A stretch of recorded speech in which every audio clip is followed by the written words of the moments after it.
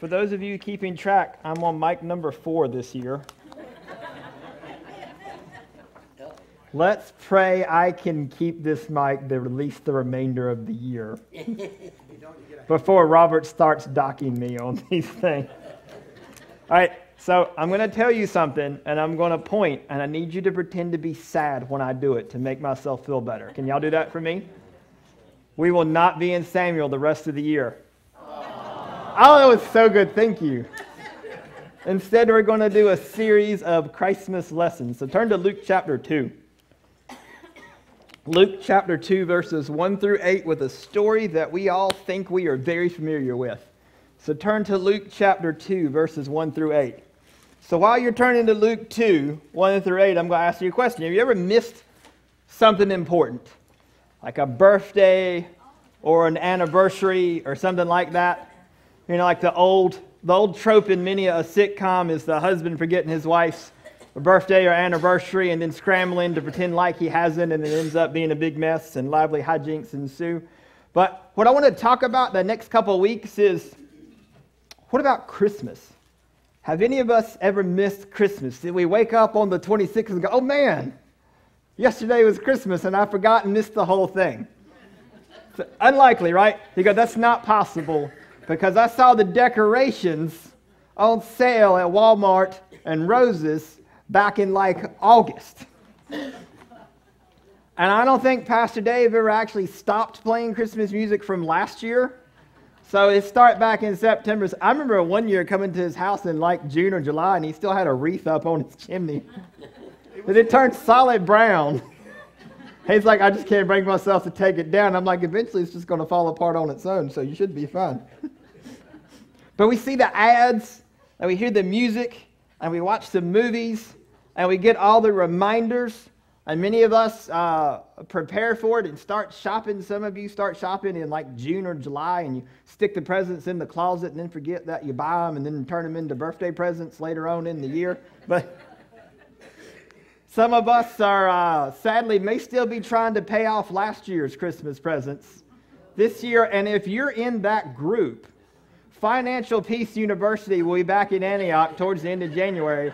I strongly encourage you to sign up for it. There'll be more info about that around the turn of the new year. But to miss Christmas, it just seems ridiculous to even say it. But I would like to present to you, I think a lot of us miss it, and I think we miss it more than we get it. And so I want to go over the next couple weeks several things that cause us to miss Christmas. But let's read part of the story in Luke 2, 1 through 8. And it came to pass in those days that a decree went out from Caesar Augustus that all the world should be registered. The census first took place while Quirinius was governing Syria. So I went to be registered, everyone to his own city. Joseph also went up from Galilee, out of the city of Nazareth, into Judea, to the city of David, which is called Bethlehem, because he was of the house and lineage of David, to be registered with Mary, his betrothed wife, who was with child. So it was that while they were there, the days were completed for her to be delivered. And she brought forth her firstborn son, and wrapped him in swaddling cloths, and laid him in a manger, because there was no room for him in. Sorry, that's verse 7, not 8. But anyway, it doesn't hurt to read it. So first off, I like to give background and context about stuff. So I want to give you a little bit of history about Christmas and why we celebrate it the way we do. Majority of biblical scholars that doubt that Jesus was actually born on December 25th. Like most great men, he was most likely born in September. Thank you for the handful of... There you go. So there's no biblical support for the December 25th date, and a good, decent amount of scholarship that's against it. That date was picked by the church in Rome sometime in the 4th century, and it had a very good reason for doing so. One of the earliest recorded religions that we know about was basically sun worship. And because as a society, especially in ancient times, we were so dependent upon the sun, there was a lot of worship towards it, so the sun might come out and bless us and all the benefits that it brings. And so what happened during the winter, as the days got shorter and shorter and shorter, they started having this festival during the winter solstice, which typically is the shortest amount of daylight at any point during the year. And so what they would do is they would build these giant bonfires, and they were hoping to strengthen the sun god, who obviously had become weakened. And when they might strengthen the sun god, the days would get longer again. And then as it became apparent that the days were growing longer and longer, which actually starts into December, beginning in January, there was a great amount of rejoicing and feasting and celebrating and even gift giving. And so the fathers of the church in Rome decided that they would celebrate the birth of Christ during the winter solstice. And it was their attempt to Christianize a pagan celebration. In fact, the majority of our holidays that we celebrated, at least here in America, were all attempts by the early church to Christianize pagan celebrations. So we had Christmas, Halloween, Easter, Valentine's Day, and there's an argument to be made about Thanksgiving, but that's for another time.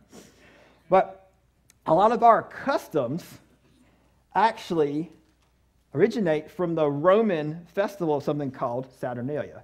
That's why we have wreaths and mistletoe and gift giving and several other things that are in there. And so as time goes on, these things changed and updated and got replaced with other different traditions. But we can trace most of our decorations kind of back to that. And it made sense as they would use evergreens to decorate during that time because it was the only thing that was still alive and that was still pretty. Now, one of the other love-hate relationships the church has during Christmas time is Santa Claus. And without getting into a huge detailed lesson about that, our modern concept of Santa Claus is a mixture of three things. St. Nicholas, a bishop from Asia Minor, also during the 4th century, who for many things is actually known for his extraordinary generosity and his love of children. There also was a famous poem, "'Twas the Night Before Christmas," written in the early 1800s.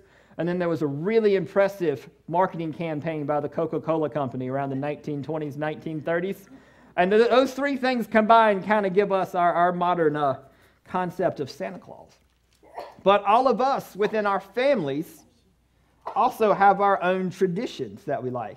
Maybe there's certain movies that we like to watch at Christmas time. And maybe there's certain foods that we prefer to eat at Christmas time. Maybe there's certain places we like to go. For a long time for me, like well into my 30s, Christmas for me was going down around the 22nd or 23rd to where I'm from, out around Littleton, North Carolina, to visit my dad's mother, my grandma. I called her Mama. And we would go down there and we would spend the night, and then we'd get up in the morning and we would celebrate Christmas that morning with gift giving and pancakes and bacon, because who doesn't like pancakes and bacon, right? Makes everything better. And we'd have that, and then later that evening, the rest of my dad's family would come down, and we would celebrate Christmas. And I'm going to confess to you, the first year she was gone, she passed about 2 months before Christmas, and the first Christmas Eve without her was just kind of off.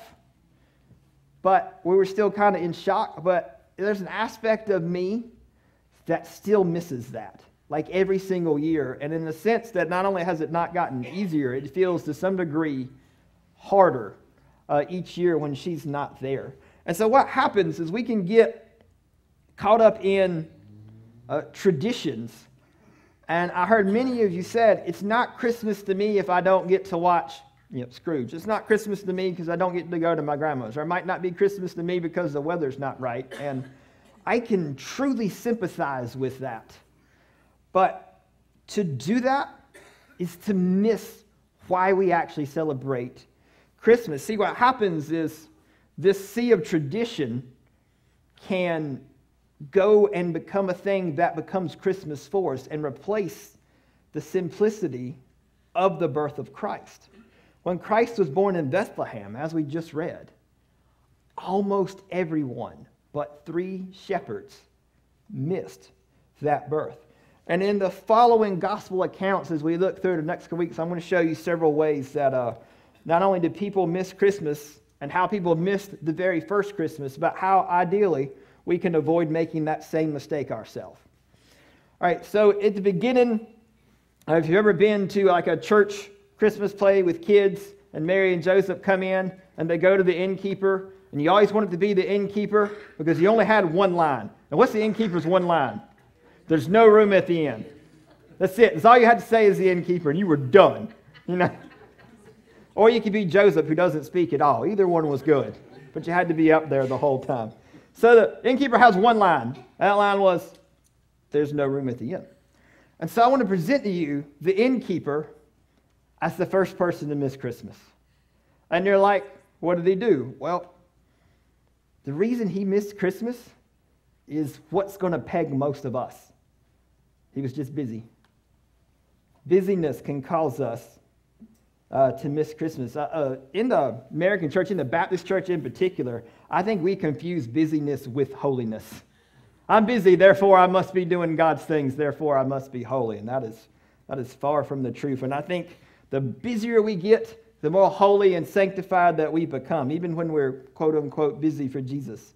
And we think the busier you are, the more worth we obtain as a person, the greater value we have. Because obviously if we didn't have all these things to do, we wouldn't be of much value. Verse 7 says, she gave birth to her firstborn son. We'll get back to that in a minute. So what's going on? There was a census, and all these people were in town. And we picture as like an innkeeper, I think we picture the actual innkeeper right there on 501. And that's far from it. If you were running an inn back then, most likely it's because you lucked out and inherited a large house, and then you rented out the rooms. So it's more like an actual inn, like a older, timey inn than our modern day concept of a hotel. And you were renting out rooms in your house. And there typically was only one or two inns in a city just for people that were traveling through for the evening, because you didn't get a ton of travelers except when people were coming through for Passover. But this census came and brought in all these people into the land of Judah. Everyone that was these descendants of Judah had to come in and move to the area that they were from, so the governor here could take this big census of everybody. The innkeeper was having like the best month of his career. Every room was full. There was a waiting list. He probably had people out in what passed for the lobby. He had probably people staying out back in the storage shed. He had people in the floor. He didn't have space for all the people, and he's never made so much money. But with all these customers, also creates all this work. And by the time Mary and Joseph show up, even though she's obviously very pregnant and probably experiencing labor pains at this point after hours and hours on an uncomfortable donkey ride, he's just not able to help her. And it's not because he's being cruel or because he's being barbaric. Actually, one of the Middle Eastern customs is that custom of hospitality. The times we've been over to Asia, or in my experiences in dealing with people from the Middle East, personality and culture issues aside, the hospitality was never one of them. And so they had this culture of being hospitable and kind and caring. And so probably the best thing he could offer was, I got a barn in the back. That's all I got. I got a barn in the back. And the other question is, where are all the midwives? I mean, that was realistically the concept of having a baby born in a hospital is about 100 years old or less, if you really want to search into that. Prior to that, for thousands of years, it was midwives largely involved in delivery. Surely an innkeeper would have known some midwives, but for whatever reasons, there were none involved. And Mary and Joseph had to go through this labor and delivery all by themselves, and I think Joseph was about as helpful as most of us men would be in the delivery room. And if the fact he didn't pass out, that probably was a win.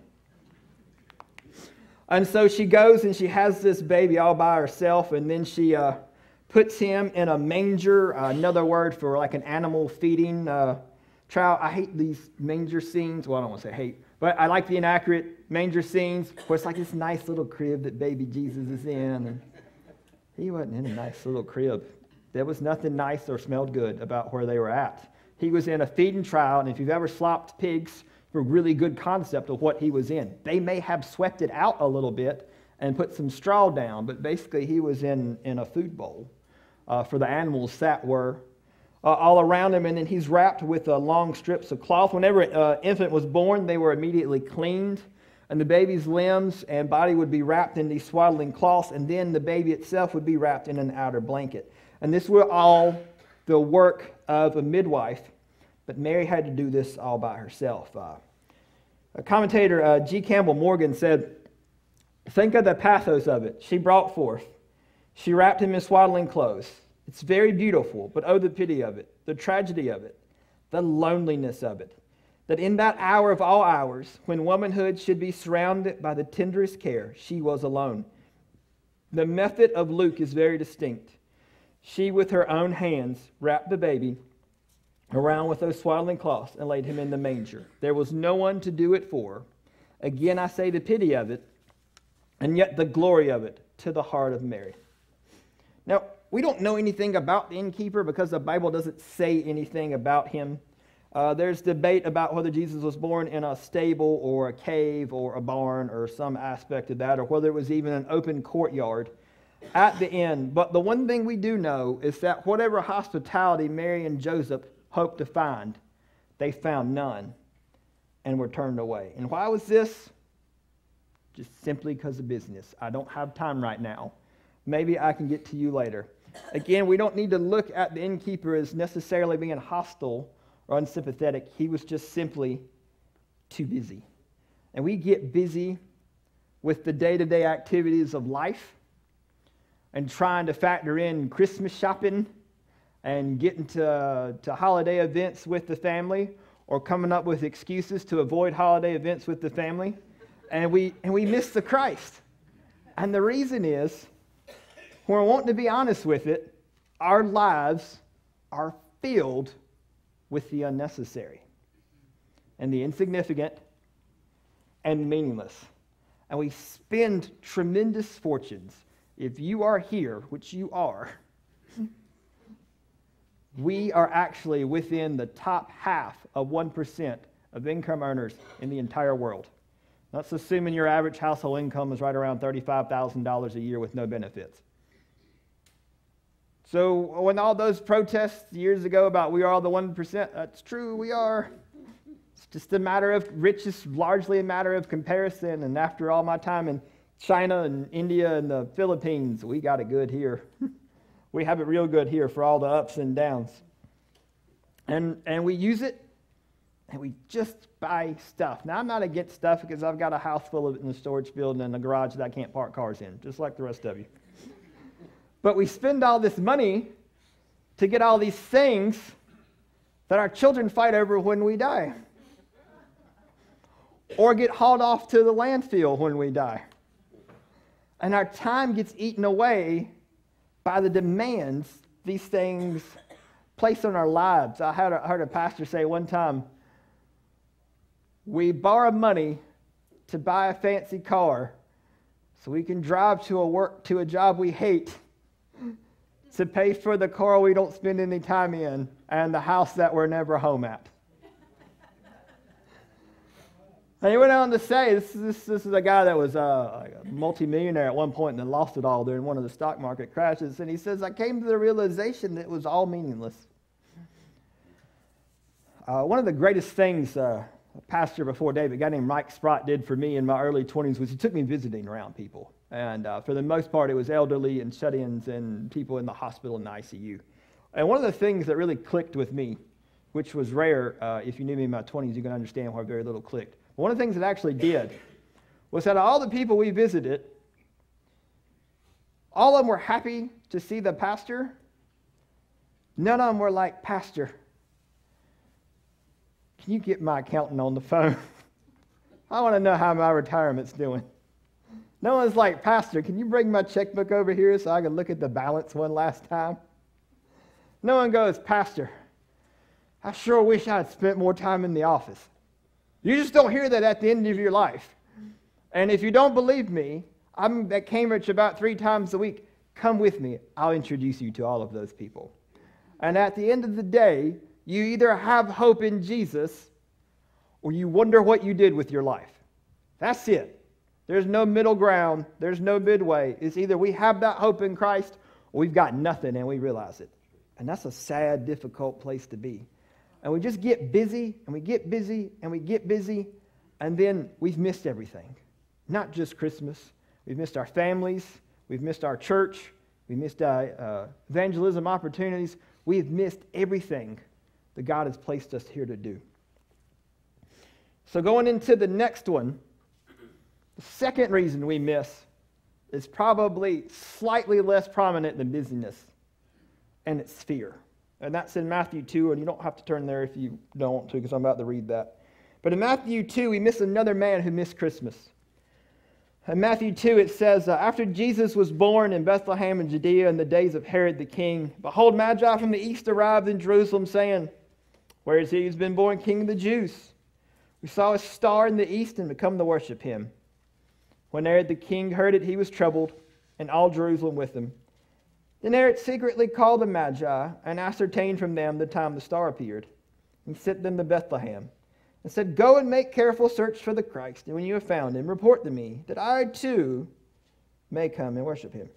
Now Herod was the king of the land, and he faked desire to worship Jesus in front of these Magi, also known as kingmakers, because he was fearful that the Magi were going to work with the Persians, who also were going to work with this Jewish Messiah, and overthrow Rome, and more specifically overthrow Herod. The Greek word translated trouble means to be agitated or stirred up, and it's much closer to our concept of total panic, because Herod was panicked, and so therefore the people were panicked. And why were the people panicked? Because when Herod got panicked, people died, and lots of them. Julius Caesar appointed Herod's father, a guy named Antipater, to be the governor of Judea during the Roman occupation. Antipater managed to have his son appointed as a prefect there in Galilee, and in that office, Herod put down several small rebellions of Jews who were trying to overthrow the Romans, and eventually Herod goes to Rome, and is declared by several important people within the Roman Senate to be the actual king of the Jews. He later on would invade Palestine, and after several years of fighting throughout all the Palestinians as well, and kind of takes over and creates his own little Jewish kingdom. Now, because he wasn't actually Jewish, the Jews didn't want to accept him as king, because he actually was an Edomite. So he married a really important Jewish heiress, and it made him somewhat more acceptable to the Jews. And his wife's name was named Mary Ann. Not quite Mary Ann, but I can't pronounce it properly, so that's really close. But the thing with Herod, with all his gifts and benefits, he was a very good speaker. He was a very good tactician. He was actually a very, very good politician. But as he got older, he got more and more jealous and more insecure, because he knew he had a title and a throne he didn't deserve. And all of that fear led him to actually have the high priest, his wife's brother, murdered by accidental drowning. Shortly after that, his wife got suspicious and she found herself to meet an accidental death as well. In addition to her, he ended up having 3 of his 5 sons executed as well, because he thought they were potential threats to his throne. That's not even getting into the ridiculous amount of Jewish people he thought posed a threat. They got high ranking or too much of a voice, they were gone.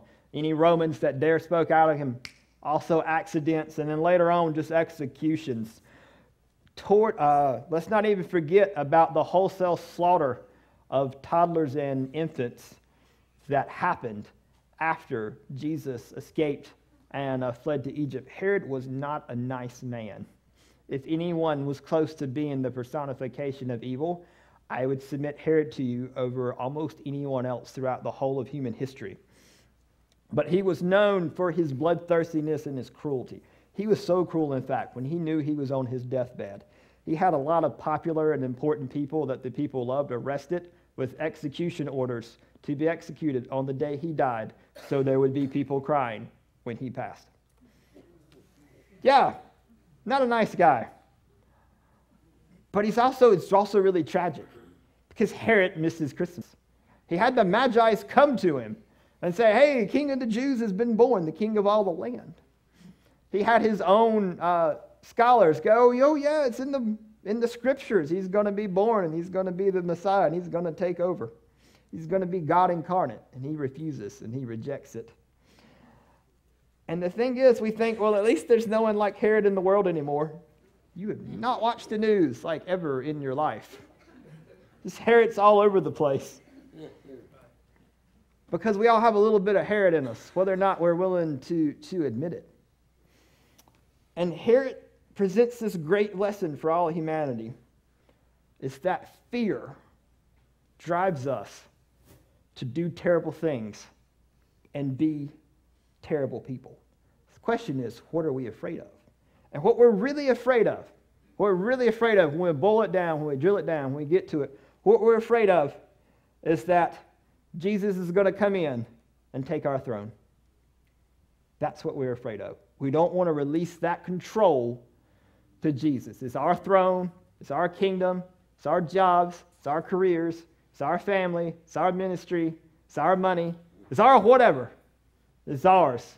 And Jesus, you can't have it.